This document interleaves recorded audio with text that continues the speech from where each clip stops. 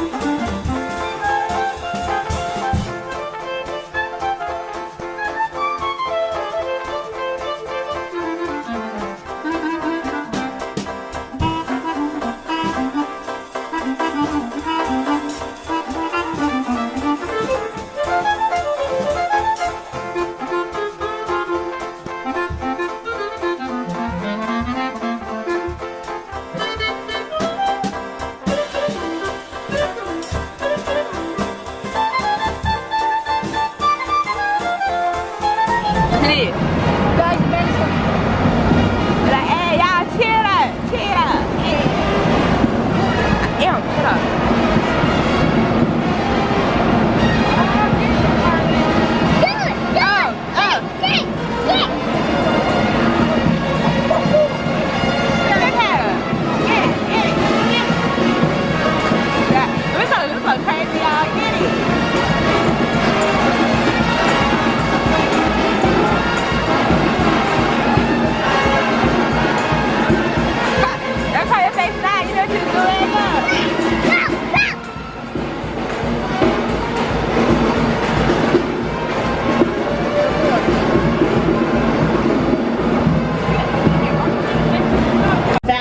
That ain't enough to stop nobody's partying.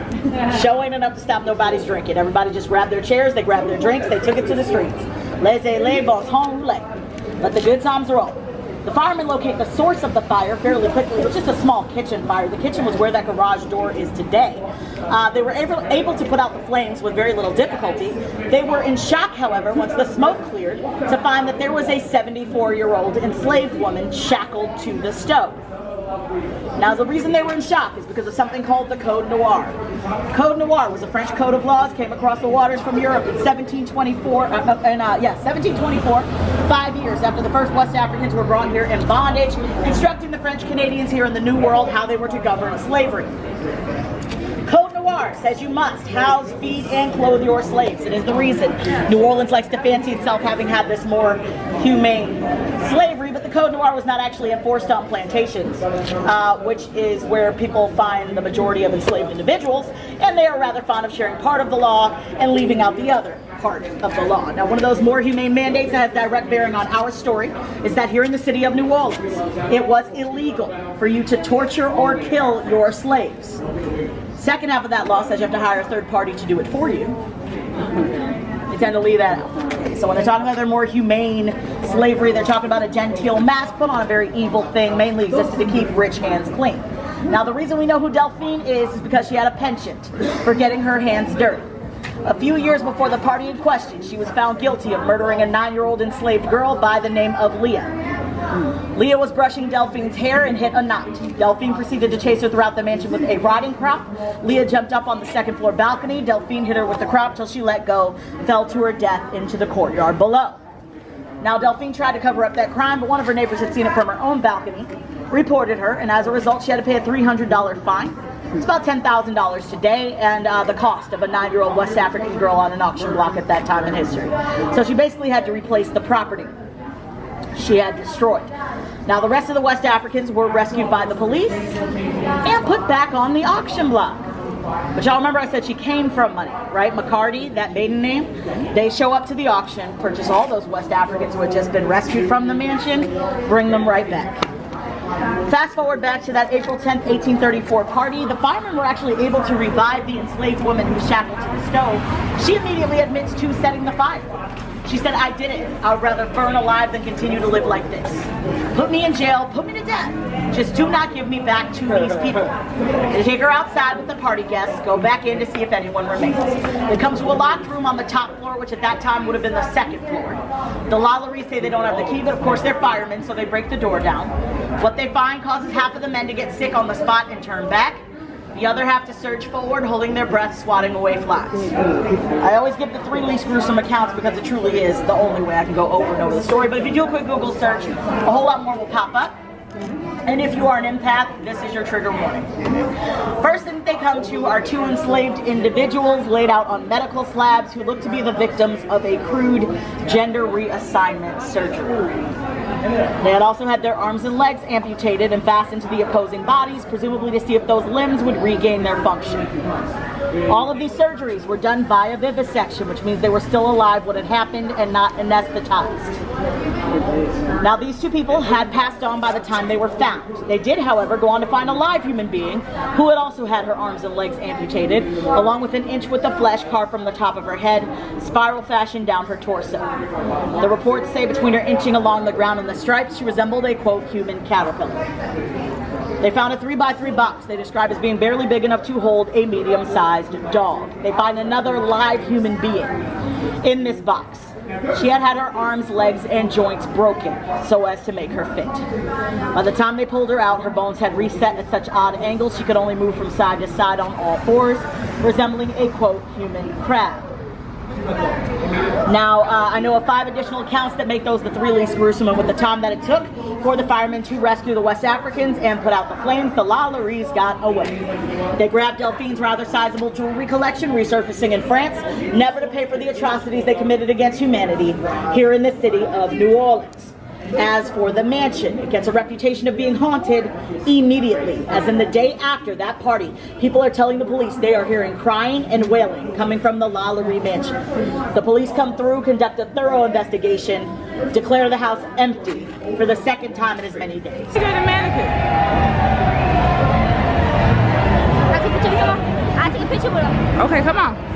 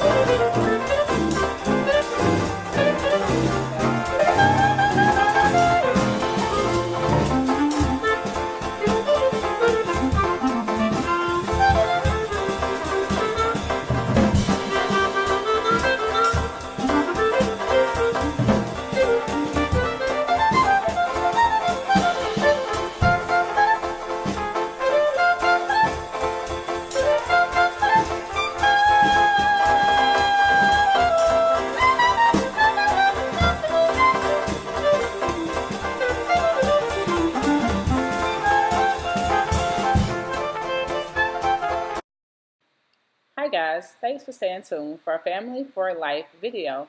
I hope you enjoyed our tour with us in New Orleans. The reason I'm doing the voiceover is because we wasn't speaking over the video, but my family and I had such a great time in New Orleans, and I hope you felt as if you was there with us by watching the video. Thanks again for watching Family for Life. Please subscribe and like below. Bye.